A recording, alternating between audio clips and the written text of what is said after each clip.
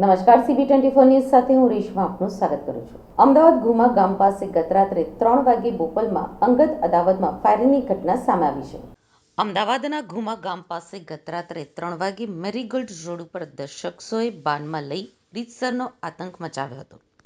Builder Upendrasinh ચાવડાની ગાડીને આંતરી હુમલો કર્યો હતો। આથી સ્વ બચાવમાં ઉપેન્દ્રસિંહ 2 રાઉન્ડ ફાયરિંગ કર્યું હતું। ફાયરિંગ અને નાસભાગનો વિડીયો પણ સામે આવ્યો છે, જેમાં ફિલ્મને ટક્કર મારે તેવા દ્રશ્યો કેદ થયા છે।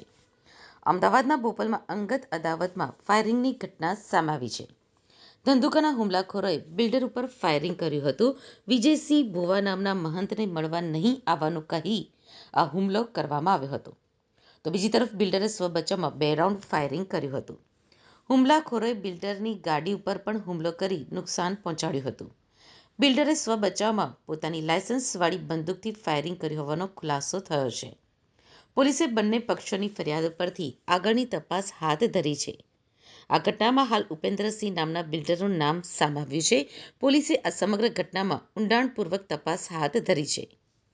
અમદાવાદના ગુમા ગામ પાસે ગત રાત્રે 3 વાગ્યે મેરીગોલ્ડ રોડ 10 શખ્સોએ બાનમાં લઈ રીતસરનો આતંક મચાવ્યો હતો।